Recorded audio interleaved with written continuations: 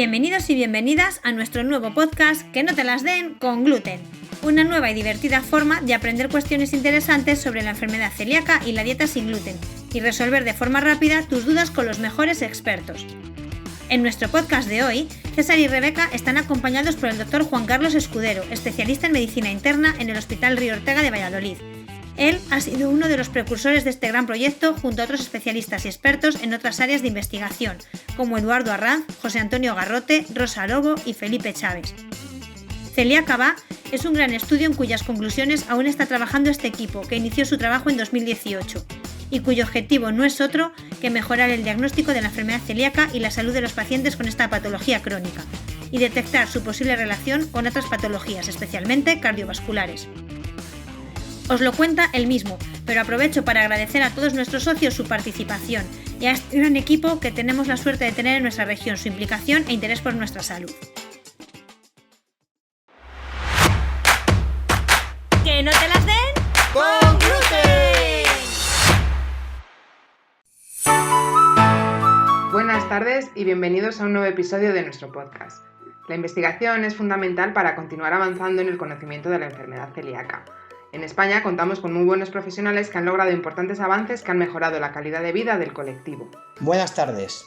Hoy en concreto hablaremos de Celíaca Va, un proyecto que se puso en marcha en 2018, con el objetivo de mejorar el diagnóstico precoz de la enfermedad celíaca y conocer mejor su relación con otras patologías, en especial a nivel cardiovascular.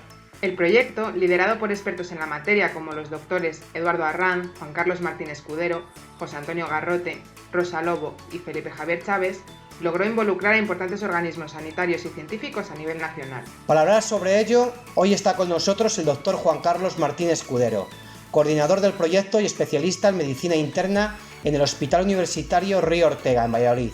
Buenas tardes, Juan Carlos. Buenas tardes y muchas gracias por invitarme.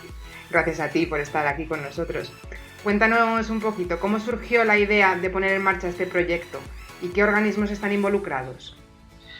Bueno, Celíaca Va es un proyecto de colaboración entre 4 grupos que teníamos ya experiencia investigadora, sobre todo en clínica, epidemiología y riesgo cardiovascular, por un lado, en genética y en enfermedad celíaca, por otro, ¿no?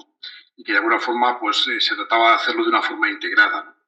Para crear una base necesaria para poder realizar estudios sobre la enfermedad celíaca. Y recurrimos a la Asociación de Enfermos Celíacos, ACECALE, porque nos parecía que era una forma muy clara y muy directa de poder abordar ese problema, ¿no? Nos conocíamos, somos grupos de investigación, pero cada uno, digamos, tenemos relaciones, pero cada uno se dedicaba a su área, ¿no? Nosotros al riesgo cardiovascular y a la epidemiología, Eduardo Arranz y José Antonio Garrote al mundo de los estudios sobre enfermedad inflamatoria intestinal y celíaca, y Chávez, pues sobre todo a la parte de genética. Y aunque teníamos relaciones, pues surgió un poco hacer un proyecto en común, ¿no? Por los múltiples parecidos que tienen, múltiples, digamos, puntos de unión que tienen las áreas de investigación. Y así empezamos. La Asociación de Celíacos de Castilla y León apoyó desde el principio la iniciativa, colaborando en la divulgación y captación de voluntarios. En este sentido, ha sido todo un éxito, ya que el colectivo se ha involucrado de manera activa y han participado más de 100 voluntarios. ¿No es así? Pues hemos entrevistado 247 personas, 247 entrevistados. Entrevistamos el primer paciente, empezamos a hacerlo el 10 de diciembre de 2018 y cerramos las entrevistas el 7 de marzo del 2020, es decir, ahí llegamos a 247. Han sido 14 meses de entrevistas y se prolongó más de lo esperado porque no era fácil para las fechas. Los horarios de trabajo y de estudios, los de personas desplazadas, al final era un goteo y era muy difícil para dar una fecha en la que todo el mundo pudiera, ¿no? El objetivo era entrevistar a grupos familiares, cuando podía uno no podía el otro y era complicado. Como comentas, en esta primera fase pues os entrevistó a los celíacos voluntarios que acudían con sus familiares. Estudiabais su historial clínico y tenían que rellenar un formulario en el que hicisteis un cribado para ver quiénes entraban dentro del programa y quiénes no. ¿Cuáles eran los requisitos necesarios y los aspectos que teníais en cuenta? Pues tenían que ser enfermos diagnosticados de enfermedad celíaca de una forma, digamos, científica y familiares emparentados en primer grado. afectos o no de esta enfermedad. En realidad, para llegar a alguna conclusión, no podían participar familiares no genéticamente emparentados o no relacionados, o personas que no estén diagnosticados razonablemente de enfermedad celíaca. Nos interesaban sobre todo los aspectos relacionados con la enfermedad celíaca y las formas de presentación, las enfermedades asociadas, el riesgo cardiovascular, osteoporosis, aspectos genéticos, dietéticos, calidad de vida. Queríamos hacer unir todos los aspectos en el mismo estudio. Posteriormente se entregaba a los voluntarios un volante para que se hicieran una extracción de sangre en su centro de salud de referencia. Por tanto, claro, se tuvo que implicar a muchísimos centros y a muchísimo personal. ¿Fue difícil gestionar la logística en esta fase? La verdad que fue complicado porque, claro, participaron 17 centros de salud del área oeste y 24 centros del área este y los 3 hospitales de Valladolid. Y aunque escribí y me entrevisté personalmente con los directores de los hospitales y los responsables de los laboratorios, y igualmente escribí a todos los coordinadores de los centros de salud, pero a veces la información no llegaba suficientemente al administrativo o al enfermero que tocaba ese día estar haciendo las extracciones. También he de decir que, a pesar de todos los incidentes, recibimos la inmensa mayoría de las muestras y luego tuvimos que solucionar también algunos casos porque algunos familiares que residían fuera de Valladolid pues no podían pincharse, hacerse la extracción dentro de Valladolid, o algunos incluso no pertenecían al sistema público de salud porque tenían mutuas, Muface, Adeslas, entonces a veces era complicado coordinar a tanta gente. Y no ir a alguien que de repente pues dijera, pues ¿y eso de qué va? ¿Y qué tubo es? ¿Y qué hago con este tubo? ¿No? Pero bueno, afortunadamente funcionó bastante bien. Pues cerramos la recepción de muestras el 6 de abril del 2020. Hemos conseguido que de esos 247, 223 casos tengan muestra de sanguínea.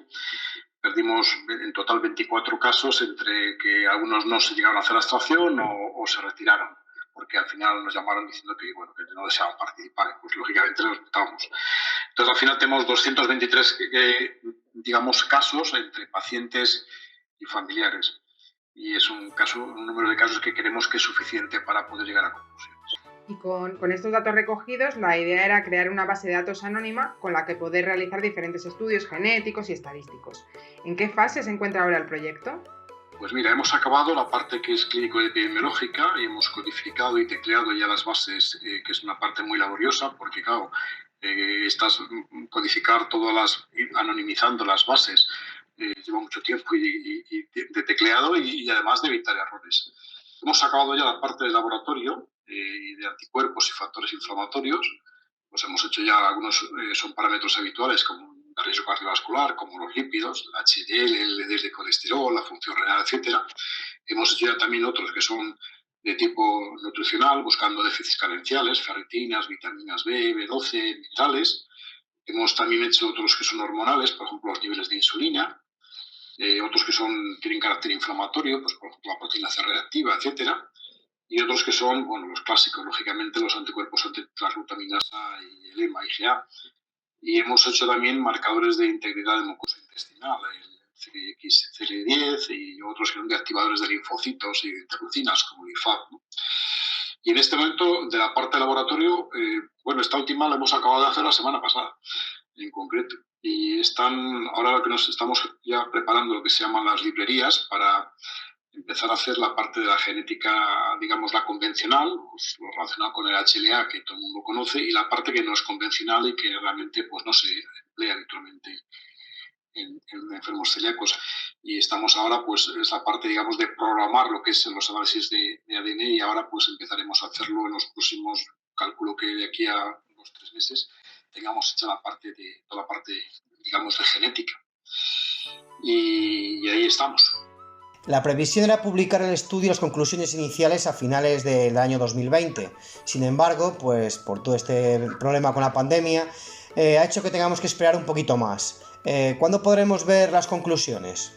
Sí, la verdad que conseguimos la autorización del Comité Ético de Investigación del Hospital Universitario Río Ortega y de la Fiscalía de Menores, porque lo hemos hecho todo con citaquígrafos, y como había que hacer extracciones a menores de edad, no solamente vale con el consentimiento paterno, sino que lo pusimos en conocimiento de la Fiscalía de Menores para que se lo autorizaran. Esto nos llevó a finales de diciembre de 2018, por eso hasta diciembre de 2018 no pudimos empezar a entrevistar a nadie. Empezábamos como preveíamos, luego el trabajo de campo nos ha durado un poco más de lo que planificábamos, pensábamos que iba a durar menos, nos ha durado 14 meses de trabajo de campo, y eso ha sido para alcanzar un número de casos familia, digamos, suficiente para tener un tamaño muestral que permita sacar conclusiones. Nos hace falta casos y familiares que estén genéticamente relacionados, tengan o no tengan la enfermedad, para que, digamos, ese bloque nos permita pues alcanzar un número suficiente para poder hacer una estadística, ¿no? Y eso nos obligó a que tuviéramos que soportar ese goteo, porque por ganas lo habíamos cerrado con una buena parte de los casos como pensábamos, a los 5 meses, pero el intentar conseguir esas familias extra, pues de alguna forma al final nos ha llevado 14 meses. Pero bueno, eso, digamos, era aceptable. Lo que nos ha fastidiado ha sido la pandemia. La pandemia nos ha hecho perder 1 año y medio. Y nos ha fastidiado sobre todo en 2 sentidos, que yo creo que es muy, muy fácil de entender. La parte clínica, nosotros somos especialistas de medicina interna. Y hemos sido y seguimos siendo pues la primera línea del frente hospitalario contra el coronavirus, con una carga de trabajo que hemos tenido agobiante, ¿no? Y por otro lado nos ha congelado los recursos, porque se han priorizado las líneas de investigación del COVID-19 y ahora no se podía, este año, último año y medio, no se puede investigar nada que no esté relacionado con el COVID. Para el COVID hay dinero, pero para lo demás no hay nada, o sea, para que todo lo demás ya no ha dejado de existir, ¿no? Y claro, el coste del perfil analítico que ya hemos realizado, pues en este momento ronda los 1.000 euros por caso, ¿no? Entonces, sin contar la genética. Entonces, claro, hemos tenido que financiar 200 y pico mil euros, pues afortunadamente no debemos dinero a nadie, pero ha habido que financiarlo y eso no ha sido fácil.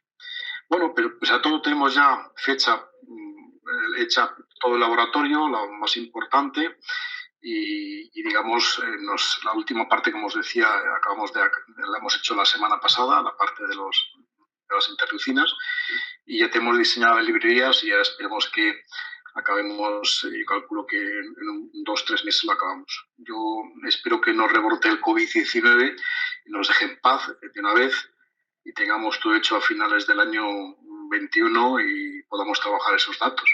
Pero realmente la pandemia nos ha hecho perder 1 año y medio, a lo tonto, como a todos. Nos ha paralizado la vida y nos ha paralizado la investigación y todo.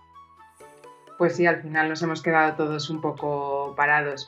A nosotros es que nuestros socios, la verdad, que nos han preguntado un montón por el proyecto, a ver si estaban los resultados y esperaban con gran interés algunos comentarios por vuestra parte. No sé si podrías adelantarnos ya algún dato o hasta que no hagáis las conclusiones, nada.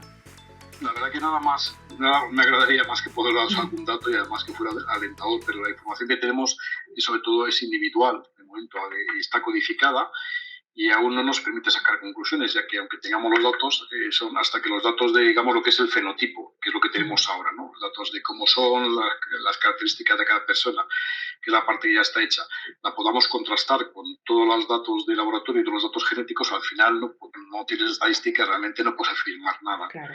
Yo lo que sí quería aprovechar la ocasión para que nos dais para poder reafirmar el compromiso de que hicimos en su momento de trasladar el conocimiento científico que alcancemos en beneficio de las personas que padecen la enfermedad. Y cuando tengamos la información se la haremos llegar a CECALE, os lo aseguro, como colectivo y a cada familia en particular, en su parte, digamos, personal. Pero nos tienen que disculpar por causas ajenas a nosotros, impensables. Cuando nosotros pensamos esto, nadie pensaba que nos iba a echar encima el COVID. Y gracias que acabamos el trabajo de campo en marzo del 2020, porque recuerdo que en marzo empezó la pandemia.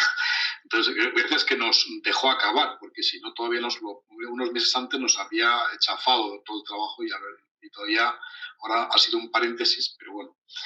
Y el COVID nos ha afectado a todo, a la salud, la economía y también, lógicamente, al proyecto. Pero bueno, yo espero que lo superemos y recuperemos parte de ese tiempo. Y en poco tiempo yo espero que, si todo va bien, a finales de este año tengamos toda la información, empecemos a trabajar y a primeros de año tengamos realmente información importante que trasladar.